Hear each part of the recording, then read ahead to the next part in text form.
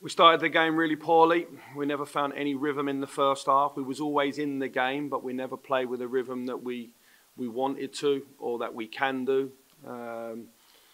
And there's no complaints with the overall result. I thought at the start of the second half we come out, we improved. We had a big moment where Ryan hits the post. We should do better with a rebound. If we score in that moment, then that's it. It might be a momentum change. We find ourselves 2-0 down and we go and score, and we showed a lot of character and resilience to try and push the game. But today, I was expecting more from the team, from myself, from the day, and so it's disappointing. Yeah, but that was just because we throwed more energy and intensity at the game. I thought we didn't play to our true level. Why that is, I'll have to go back with the staff and the players and look at it, because there's been a few times since I've come back, and I don't want to make a mountain out of today's performance, because we have done well since I've come back into the club. That's the first defeat in 15 games, but there's been a number of games where it's took a half-time honest conversation to force a reaction from the team. I thought the boys that come on did well, and I thought when we showed more energy and intensity in the game, so it were more uncomfortable. But yeah, it's disappointing. It's disappointing. We had moments. We had a moment first half where I think someone for them makes a great block on a cross from our right-hand side, and it goes just wide. They score in those moments, and they're the fine margins. You know, if Fashion takes that chance at 1-0 and Ryan hits the post, then maybe we're sat here and it's a different game. But it's not, and so no excuses. Celtic won the game, and congratulations to them. What has today told you about the gap you have to close? Today I've learnt as much as any of the games. If anything, I've learnt more. It's something me and my staff will reflect on. I think it's clear that where I want it to be, and ultimately where everybody wants it to be, we're a little bit short of that right now, and that's ultimately why I came into the job, isn't it? We've done well to a part. We've been on a real strong run. That's our first defeat in 17 as a club, but it's in the one game that we must win. So it's disappointing. We don't want to be defined by it. It's what we do next, which is important. We still need to recruit. We need to work out one or two players' futures, but I don't want to go overboard. We played against a very, very good opponent today, and I thought they were very good in the game. So partly of the reason us maybe not performing at the level that we would have liked was that Celtic were good as well. So fair dues on that. Michael, you changed your whole midfield just after the hour mark. Can you just talk us through that decision, and reflecting on it, do you think you made the right decision with the midfield to start with? Well, listen, since I come back in, I've tried to provide some consistency and clarity in terms of messages that the team are comfortable with, and that same team played ever so well in the Old Firm at New Year. It played the best performance in terms of 90 minutes since I come back away at Hearts, and on that night it was excellent. So we had our goals on the pitch. You know, Tillman and the front three have been in fine form since I've come back. Over 20 goals in that team that was there since I've come back in. So it's fine. You know, you've got two players come into the club and have played 2.5 games each against opponents where you've got the ball. There was a little bit more we had to do today defensively, and also match legs. And so there's no qualms in terms of performance. I just felt at that moment I needed to shake the tree a little bit and try something. And we were stronger after that because we scored. But we scored from an isolated moment before I actually made those changes. What do you think this means for the rest of the season, Michael? How important is it? How confident are you can pick the players up? Obviously it's a sore defeat, but only a first defeat. Well, we've got no choice, have we? You know, at a club like we are, we've got no choice. We've got 12 league games to go. We've got a Scottish Cup to retain that we're in the quarter-final of. It's up to them how we want to end this season now. It's in our hands as a group. I'm still making decisions and assessing, looking at who to bring in and maybe who I think maybe needs to move on. That's natural at this time of the season. So everyone's playing for something. And it's important we end the season strongly. Our fans won't let us not do that.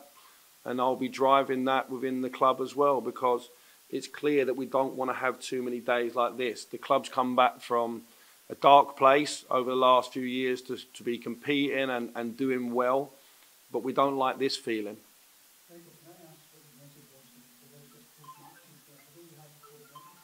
And suck it up. It's not nice. It's not nice, but on the day, we didn't come to the game until until the second half, in my opinion. So, you know, no qualms that on the day we lost the game and it's not nice. So suck it up, look at it, take it on board. You have to look at yourself in the mirror every day, and that's your biggest opponent. Are you being honest to that person? Are we working hard enough? Is the work we're doing good enough? Because this is the days that we're judged on. We've got to win all the other games, but on these days, this is when Judgment Day comes. We get it, we take it on. So that was what we spoke about in that brief moment there. I didn't want anyone making any false opinions in their mind. You know, we lost the game. Michael, why do you think you say you're right in the second half there?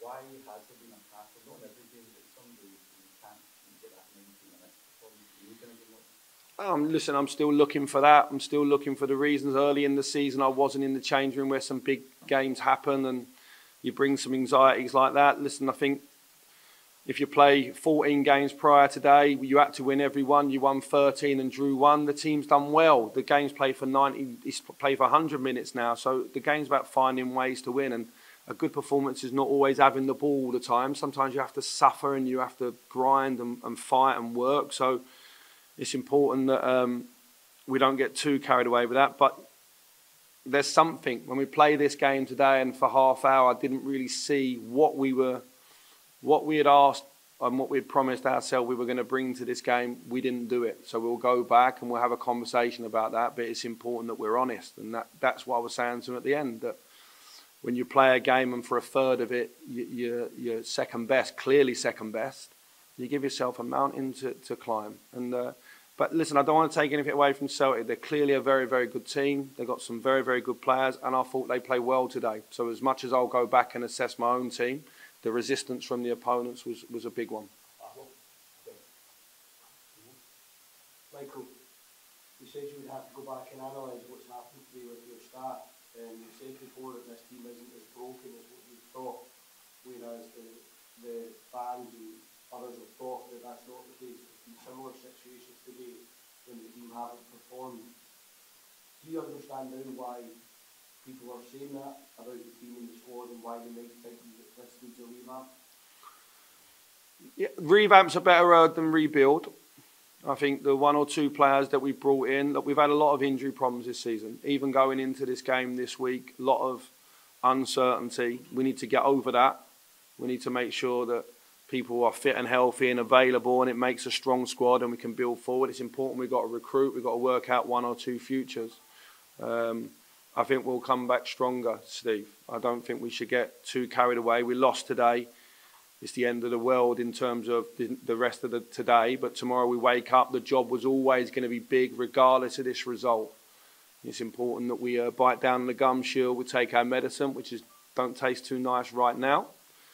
And we come back. But when I look at a team with the promise that Malik Tillman's shown, with Raskin, with Cantwell moving forward, there's enough for me to be super optimistic about the future. Is it going to be plain sailing? Of course it isn't.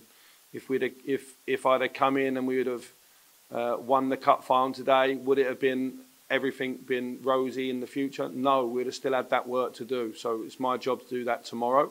I don't mind being judged on that, but I think at this moment in time, it's probably not the right time for me to be worrying about the greater future. It's more, okay, what didn't go right today in this fixture and what have we got to do to fix it against Celtic? Because against everybody else, it seems to have been fine so far.